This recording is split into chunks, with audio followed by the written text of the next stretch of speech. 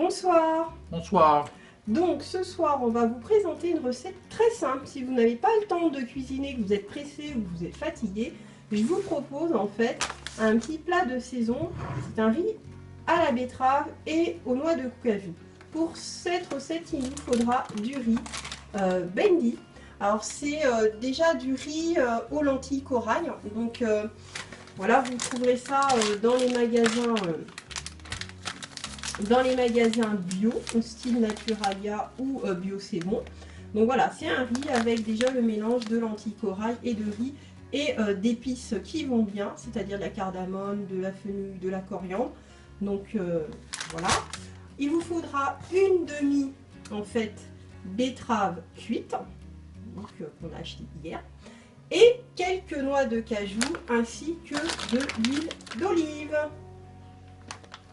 Pour notre riz à la betterave, donc la première étape de la recette, c'est de faire le riz. Pour cela, on va le faire de façon, riz façon pilaf. Donc, on va mettre une cuillère à soupe d'huile au fond de notre casserole et on va y rajouter le riz. Alors, donc, la quantité de petits verres de riz, donc qu'il faut aller chercher, puisque Michael n'est pas prêt. Je suis pas au courant. Voilà. Donc ça tourne, donc reviens très vite avec le riz. La recette qu'on propose aujourd'hui est pour 2 personnes, donc c'est pour ça qu'on utilise 2 petits verres de riz. Hein, vous adaptez les proportions en fonction du nombre de... S'il en faut 2, c'est-à-dire que ça c'est une personne? En gros. On est 2. Et 2 hommes. Voilà. Ensuite, on mélange le riz avec l'huile d'olive et on fait chauffer jusqu'à ce que les grains de riz deviennent translucides et ensuite on recouvre d'eau. D'accord. La température? Là c'est à feu moyen, on ne fait pas griller le riz. Non, c'était bon là. Ok, merci. Alors, pendant que le riz est en train de roussir légèrement, donc on va découper notre betterave en deux et la détailler en petits carrés. Alors la betterave, le problème, c'est que ça tâche les doigts quand on la travaille. Voilà. Donc là, on vous propose de manger la betterave autrement qu'en salade.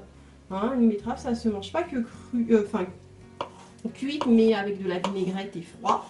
Une betterave, ça peut se manger chaud. Donc là, en l'occurrence, avec du riz et des noix, c'est une façon originale en fait d'accompagner la betterave. C'est la saison, profitons-en. Quoique maintenant on trouve des betteraves toute l'année, hein, mais voilà, pourquoi pas de l'agrémenter d'une autre façon. Donc notre betterave est prête. La betterave est prête, super.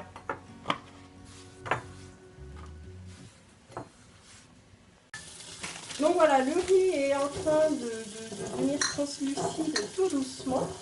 Donc ce riz qu'on utilise en fait, c'est un riz qui est déjà travaillé mais pas cuit en fait. Hein. Il y a déjà les lentilles corail dedans et les épices. La recette de ce riz, en fait ces produits-là, en fait sont inspirés des recettes indiennes. Ce qu'il faut savoir, c'est que ce n'est pas trop épicé parce que si on est si on fait vraiment de la cuisine traditionnelle indienne, c'est fort épicé et ça ne convient pas à tous les estomacs et à tous les goûts. Donc, à présent, on va recouvrir ce riz d'eau. Hein. Donc voilà, et on va le laisser cuire selon les instructions du paquet. Voilà, jusqu'à ce que il n'y ait plus d'eau. Hein. Donc voilà.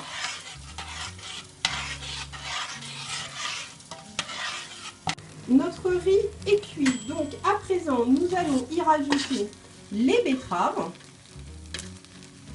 et on va mélanger le tout délicatement et une grosse poignée de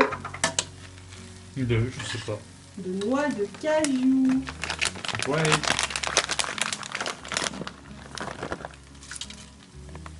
Voilà, et on mélange le tout. Donc le riz va se colorer un petit peu de rouge. On gratte un peu le fond. Je crois que c'est bon. On mélange.